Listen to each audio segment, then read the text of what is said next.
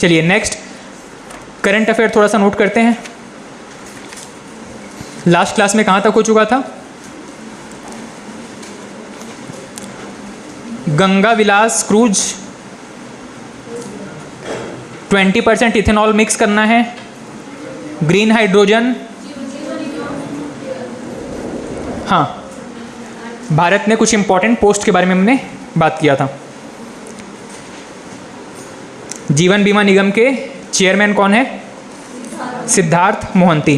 प्रतिस्पर्धा आयोग में, प्रतिस्पर्धा आयोग कंपटीशन कमेटी में रवनीत कौर। चलिए कुछ इंटरनेशनल करंट अफेयर्स हैं, अंतर्राष्ट्रीय मुद्दे हैं। चाहे तो आप इसको सीक्वेंस में नोट करेंगे या चाहे तो एक अलग हेडिंग डाल सकते हैं। अंतर्राष्ट्रीय समसामयिकी,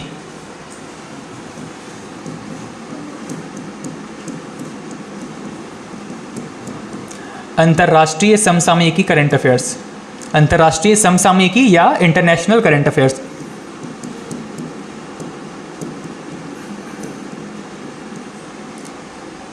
अंतर्राष्ट्रीय समसामयिकी या इंटरनेशनल करंट अफेयर्स।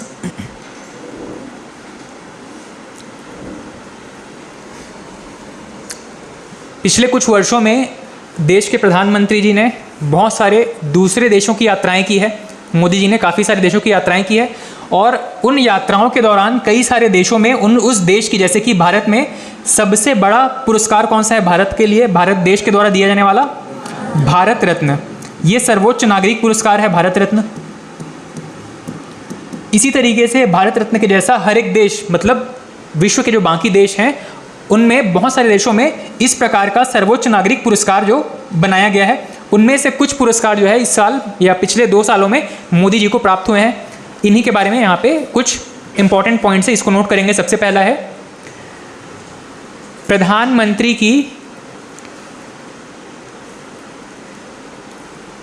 प्रधानमंत्री की विदेश यात्राएं एवं सम्मान, प्रधानमंत्री की विदेश यात्राएं एवं सम्मान।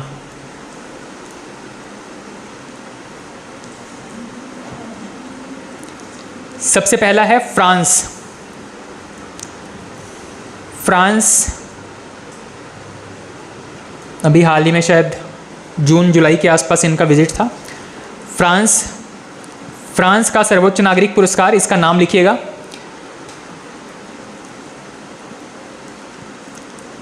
फ्रांस डैश करके, अच्छा ये सारे पुरस्कार प्रधानमंत्री को ही मिले हैं तो हर बार उसको लिखने की जरूरत नहीं है। फ्रांस डैश करके लिखिएगा। ग्रैंड क्रॉस ऑफ ग्रैंड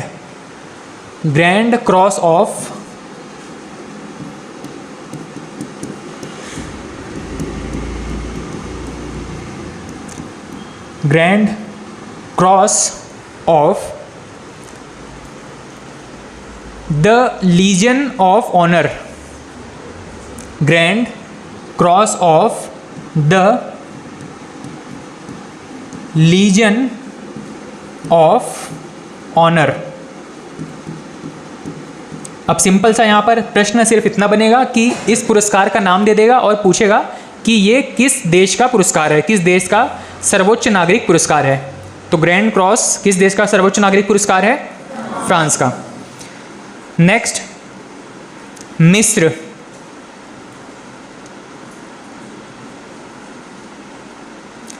मिस्र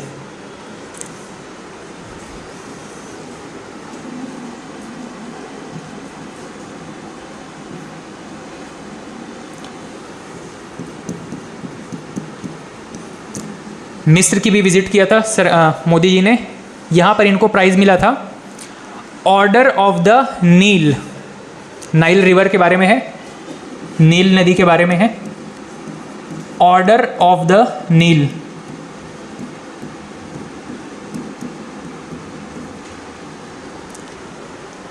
नील नदी वाला नील है, ऑर्डर ऑफ द नील।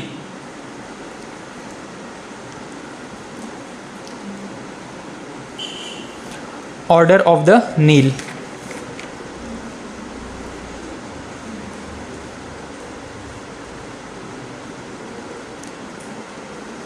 ठीक, ये दो इंपॉर्टेंट पुरस्कार हैं जो 2023 में मिले हैं। इसके अलावा 2022 में और 2021 में भी इनको काफ़ी सारे प्राइज़ मिले हैं। तो फिलहाल तो हमारे लिए ये दोनों इंपॉर्टेंट है। उसके बाद में नेक्स्ट नोट करेंगे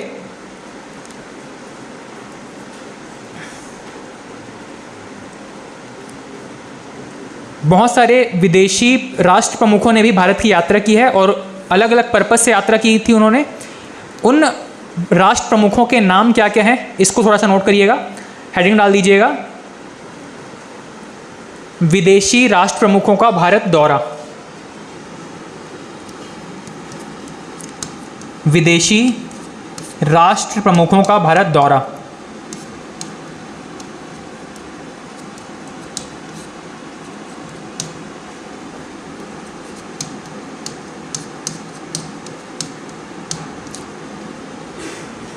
विदेशी राष्ट्र प्रमुखों का भारत दौरा।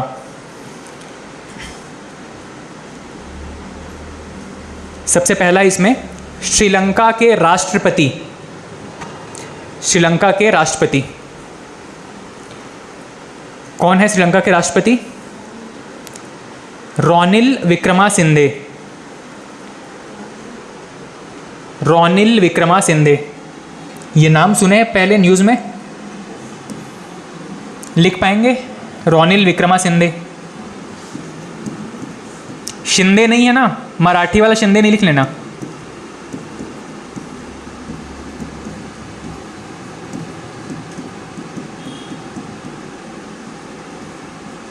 रोनिल विक्रमासिंघे।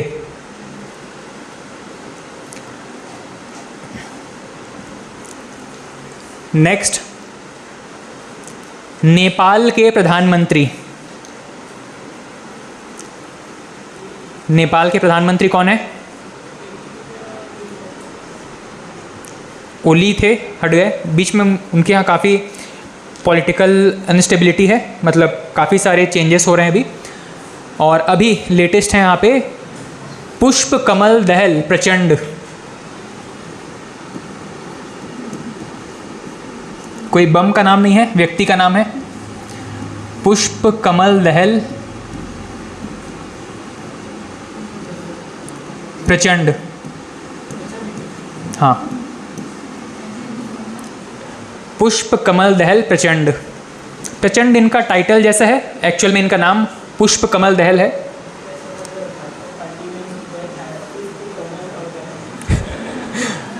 हाँ, भाजपा के समर्थन वाले, मतलब वर्तमान जो सरकार है इनके समर्थन वाले नेता हैं। और केपी शर्मा ओली जो थे इनसे पहले, ये कांग्रेस के समर्थन वाले नेता थे वहाँ पे। नेक्स्ट, इटली के प्रधानमंत्री, वैसे फीमेल है, इटली की प्रधानमंत्री। इटली की प्रधानमंत्री कौन है? हाँ, जॉर्जिया मेलोनी। इटली की प्रधानमंत्री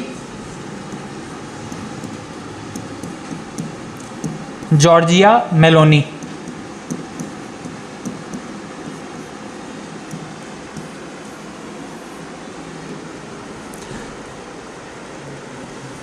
नेक्स्ट, ऑस्ट्रेलिया के प्रधानमंत्री।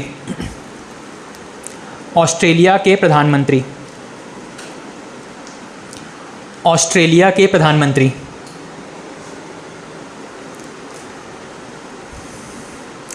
एंथनी एल्बानीज।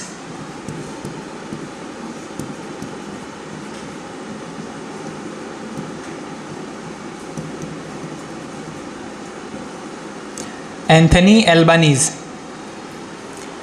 ऑस्ट्रेलिया के प्रधानमंत्री एंथनी एल्बानीज। नेक्स्ट, जापान के प्रधानमंत्री। जापान के प्रधानमंत्री कौन है? Fumio Kishida. Fumio Kishida. इससे पहले वाले जो प्रधानमंत्री थे जापान के, उनके बारे में एग्जाम में पूछा गया था व्यापम में कि वर्तमान में जापान के प्रधानमंत्री कौन है। ठीक है, उस टाइम पे मोदी जी और इनके खूब सारे फ़ोटोज़ हमेशा वायरल होते रहते थे, दोनों हाथ मिलाते, गले मिलते काफ़ी। ठीक। नेक्स्ट, जर्मनी के चांसलर, जर्मनी के चांसलर, वहाँ पे प्रधानमंत्री के जैसा पोस्ट है चांसलर, जर्मनी के चांसलर।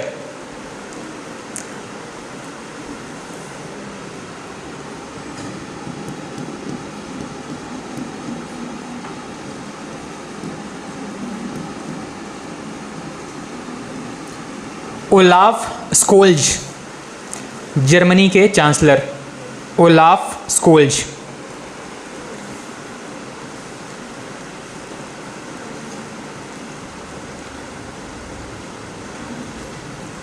ठीक, ये कुछ इंपॉर्टेंट पर्सन थे जो कि भारत आए थे और 2023 के सारे नाम हैं।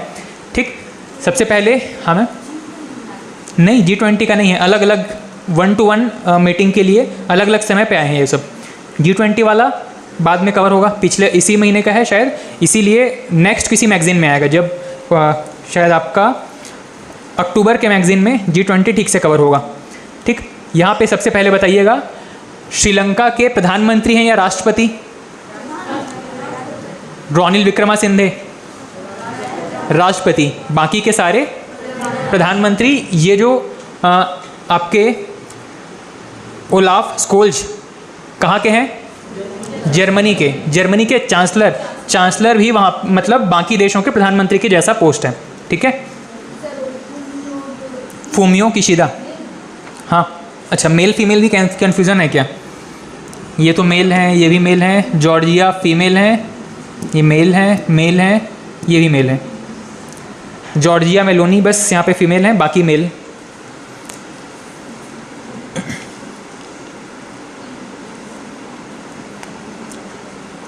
Next point, next current affair लिखिएगा। बस इसमें जो भी इंपॉर्टेंट पर्सनैलिटीज़ थे जो कि भारत आए थे, इंडिया विजिट किए थे, इनके नाम हैं और उनका पोस्ट याद रखिएगा। चलिए नेक्स्ट हेडिंग डाल दीजिएगा, इंटरनेशनल करंट अफेयर्स में ही नेक्स्ट करंट अफेयर है, ब्रिटेन में नए राजा की ताजपोशी, ब्रिटेन में नए राजा की ताजपोशी।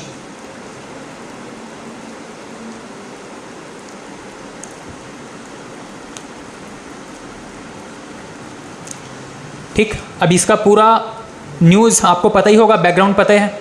ठीक है, वहाँ पे जो क्वीन थी उनका डेथ हुआ, उसके बाद में नए किंग यहाँ पे अपॉइंट हुए हैं, मतलब नए किंग को यहाँ पे शपथ दिलाई गई। ठीक, अब इसके पीछे का जो बैकग्राउंड है इसको थोड़ा सा पॉइंट्स में नोट करते चलना। सबसे पहला पॉइंट लिखिएगा इसी में,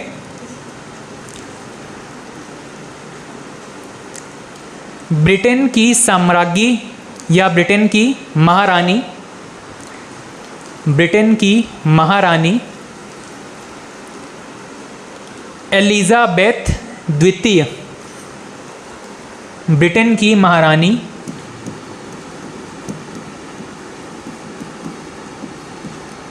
एलिजाबेथ द्वितीय,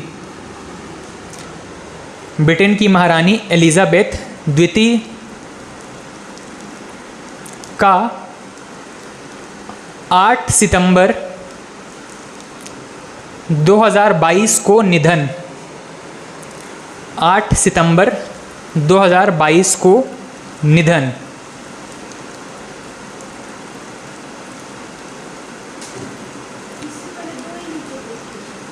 इनके पहले एक और व्यक्ति का नाम एलिजाबेथ रह चुका है, एलिजाबेथ प्रथम बोलते हैं इसको।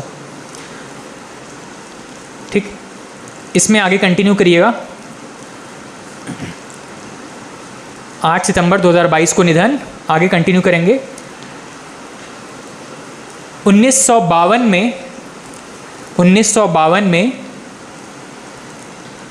इन्होंने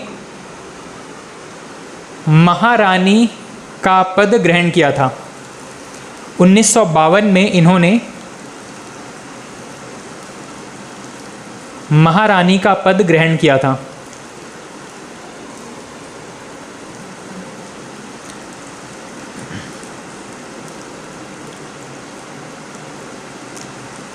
नेक्स्ट पॉइंट, जहां से आपको प्रश्न पूछा जा सकता है कि सबसे लंबे समय तक पद धारण करने वाला व्यक्ति कौन था ब्रिटेन में, तो एलिजाबेथ द्वितीय सबसे लंबे समय तक रानी बनी थी। एलिजाबेथ द्वितीय के बारे में नेक्स्ट पॉइंट लिख लीजिएगा। सबसे लंबे समय तक शासन करने वाली साम्राज्ञी या महारानी, सबसे लंबे समय तक शासन करने वाली महारानी।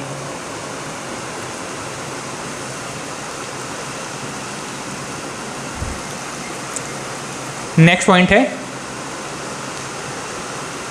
इनके निधन के बाद, इनके निधन के बाद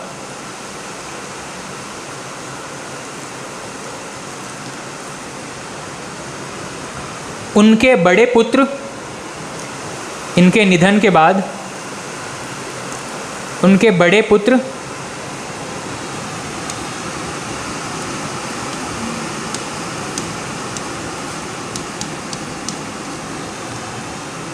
चार्ल्स तृतीय को, चार्ल्स तृतीय को, चार्ल्स थर्ड को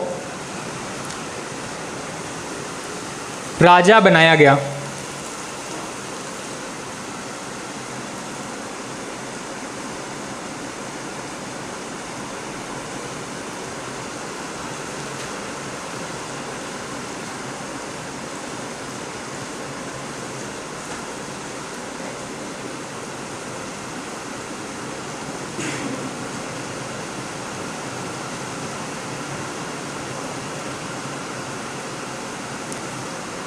नेक्स्ट पॉइंट लिख लीजिएगा,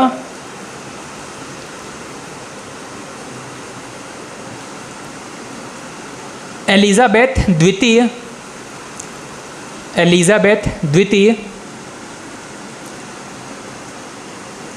अपने जीवन काल में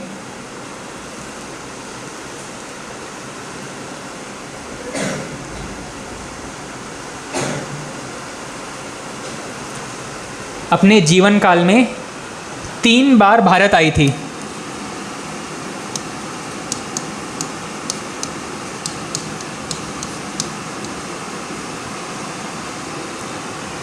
एलिजाबेथ द्वितीय अपने जीवन काल में 3 बार भारत आई थी, अलग अलग मौके पर।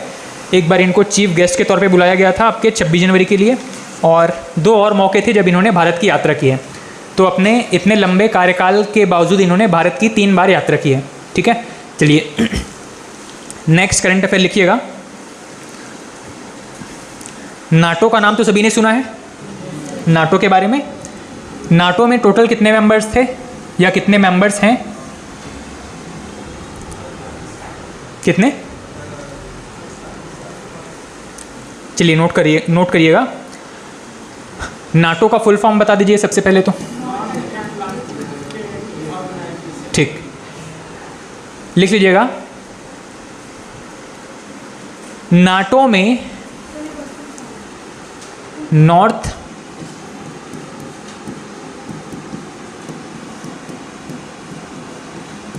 Atlantic Treaty Organization, North Atlantic Treaty Organization संधि, नॉर्थ अटलांटिक ट्रीटी ऑर्गेनाइजेशन।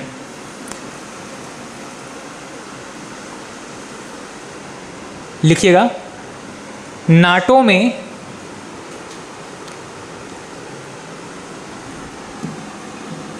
इकतीसवें सदस्य के रूप में, नाटो में 31वें सदस्य के रूप में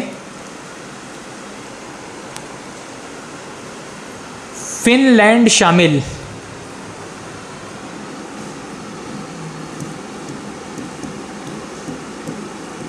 फिनलैंड कहाँ पे है?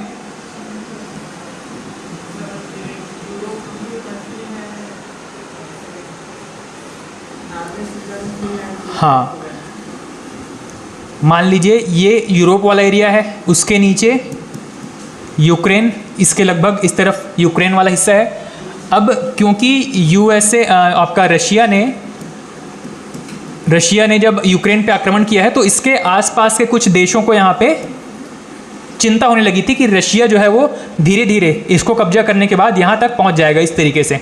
ठीक है, इसी से बचने के लिए यहाँ पे 3 कंट्रीज़ हैं जिनको कि नॉर्डिक कंट्री कहा जाता है, इसी में एक है नॉर्वे, स्वीडन और फिनलैंड। ये जो कंट्री है इसको कहा जाता है फिनलैंड, नॉर्वे, स्वीडन और फिनलैंड। इसमें से ये जो फिनलैंड है इसने अब वर्तमान में नाटो की सदस्यता ग्रहण कर ली है। ठीक है, तो आपको प्रश्न इतना सा बनेगा कि वर्तमान में नाटो में कितने सदस्य देश हैं? 31। और सबसे लेटेस्ट में किसने सदस्यता ग्रहण की है? फिनलैंड ने। हाँ, नाटो इसलिए बना था कि एक समय था जब पूरा विश्व जो है वो 2 गुटों में बटा हुआ था। एक था आपका रशिया वाला ग्रुप था और एक था आपका यूएसए वाला ग्रुप था। अभी मैंने थोड़ी देर पहले आपको कुछ आइडियोलॉजी के बारे में बताया था, कुछ ऐसे विचार के बारे में बताया था जिसका कि एक का नाम था पूंजीवाद और एक का नाम था समाजवाद। रूस समाजवादी विचारधारा वाला देश था और इसके जितने फ्रेंड कंट्रीज थे वो भी इसी विचारधारा से प्रभावित थे। यूएसए पूंजीवादी विचारधारा वाला देश था और इसके जितने फ्रेंड कंट्रीज हैं वो भी इसी विचारधारा से संबंधित देश हैं। ठीक है, अब यूएसए और रशिया के बीच में हमेशा तनातनी रहती थी कि कौन सी आइडियोलॉजी, कौन सा जो आदर्श है, कौन से विचार ज़्यादा बेहतर हैं पूरे देश में, पूरे विश्व में। ठीक, और यहीं पे कुछ ऐसे कंडीशंस हुए हैं, कुछ ऐसे सिचुएशंस भी आए हैं जब दोनों बिल्कुल आपस में युद्ध वाली स्थिति में पहुंच गए थे। ऐसी स्थिति से बचने के लिए क्या किया था, यूएसए ने एक ग्रुप का फॉर्मेशन किया था। जितने भी पूंजीवादी विचारधारा वाले देश थे या फिर ऐसे देश जो कि यूएसए को फेवर करते थे, इनको किसी भी आक्रमण से बचाने के लिए एक समिति कह सकते हैं, एक समिति ना कहें कि एक गैंग कह सकते हैं, बच्चों की भाषा में एक गैंग कह सकते हैं। ठीक है, स्कूल में 5-6 बच्चों का एक गैंग है और दूसरी तरफ फिर से 5-6 बच्चों का गैंग है। दोनों गैंग एक दूसरे से नहीं लड़ते हैं। क्यों? क्योंकि दोनों को पता है कि कोई यहाँ पे कोई एक व्यक्ति से नहीं लड़ना है, बहुत सारे लड़के हैं जो उनके साथ लड़ाई करने के लिए, फाइट करने के लिए शामिल हो जाएंगे।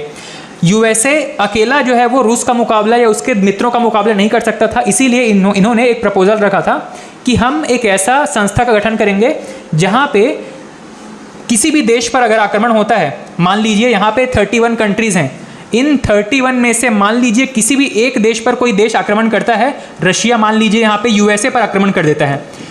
ठीक है, बाकी के जो बचे हुए 30 देश हैं वो मिल करके, यूएसए और प्लस ये 30 देश मिल करके फिर किसके खिलाफ लड़ेंगे? अब रशिया के खिलाफ लड़ेंगे। ठीक है, इसको आप ये भी कह सकते हैं कि नाटो जो है वो कुछ शक्तिशाली देशों का एक गैंग है जो कि किसी भविष्य की खतरे की संभावनाओं से बचने के लिए एकजुट हुए हैं। ठीक है, किसी भी युद्ध की स्थिति में मान लीजिए इस नाटो के ग्रुप में जितने सदस्य देश हैं, इनमें से किसी के भी ऊपर अगर आक्रमण होता है तो वो सब मिल करके फिर वापस से सामने वाले के ऊपर आक्रमण करेंगे। ठीक है, नहीं, भारत इसका सदस्य नहीं है। नहीं, जैसे कि इस कंडीशन में नाटो की सदस्यता जो है वो अभी सबसे लेटेस्ट में किसने ज्वाइन किया है? फिनलैंड ने। क्यों ज्वाइन किया है?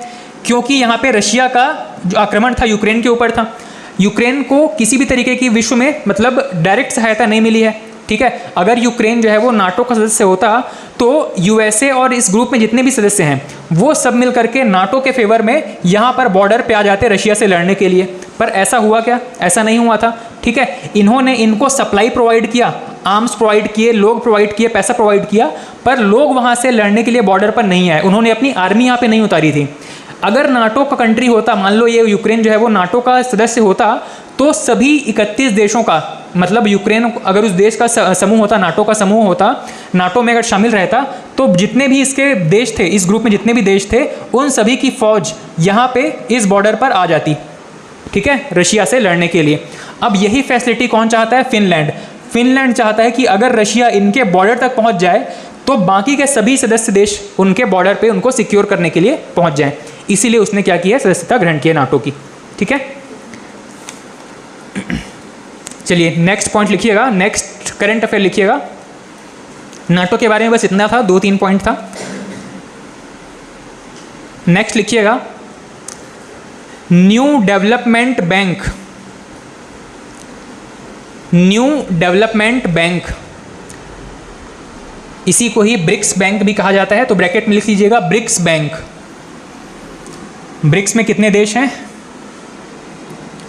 ब्रिक्स, ये शब्द सुना है ना आपने? हाँ, कौन कौन से देश हैं? Bharat, Brazil, Russia, India, China, South Africa. BRICS 5 देशों का समूह है। इसी में ही इन 5 देशों के द्वारा एक इनका आपस में आर्थिक गतिविधियों के लिए एक बैंक बनाया गया है। इसको कहा जाता है New Development Bank. New Development Bank, BRICS bank. इसी को ही बैंक, इसी न्यू डेवलपमेंट बैंक को ही ब्रिक्स बैंक भी कहा जाता है। ठीक, इसके बारे में एक न्यूज़ है। हाँ, चाइना, साउथ अफ्रीका।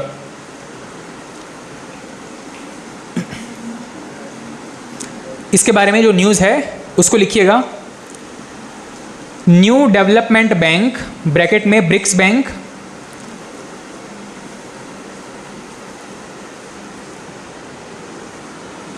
बैंक की नई प्रमुख, न्यू डेवलपमेंट बैंक की नई चीफ अपॉइंट किया गया है। किसको? ब्राज़ील के एक्स प्रेसिडेंट थी उसको। अब इनका नाम नोट कर लीजिएगा। ब्राज़ील की पूर्व राष्ट्रपति Dilma Rousseff.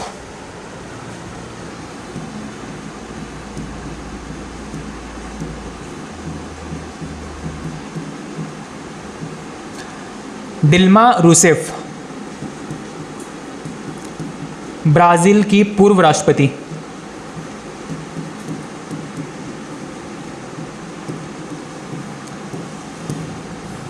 Dilma Rousseff Brazil की पूर्व राष्ट्रपति है। इनको न्यू डेवलपमेंट बैंक या ब्राज़ील बैंक का प्रमुख, ये चीफ बनाया गया है।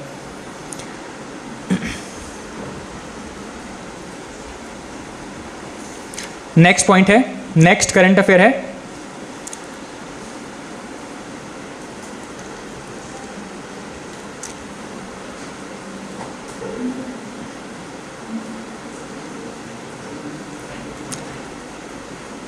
दुबई के एक जिले को, दुबई के एक जिले को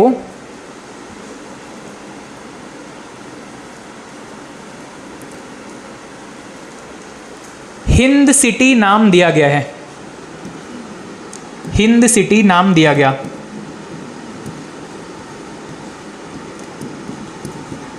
हिंद सिटी, दुबई के एक जिले को हिंद सिटी नाम दिया गया।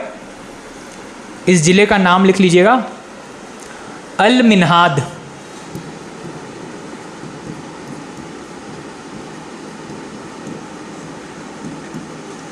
अल मिन्हाद को ही अब हिंद सिटी कहा जाएगा। हाँ सर, नाम हिंदुस्तान को सम्मान देने के लिए उस जगह का नाम हिंद सिटी कहा गया, हिंद सिटी रखा गया। अल मिन्हाद का नाम हिंद सिटी रखा गया है। प्रश्न पूछा जाएगा, हिंद सिटी विश्व में किस देश में स्थित है? कहाँ पर है? दुबई, मुंबई। क्या लिख लिया आपने? ठीक लिखे हैं ना, दुबई लिखे हैं ना? ठीक।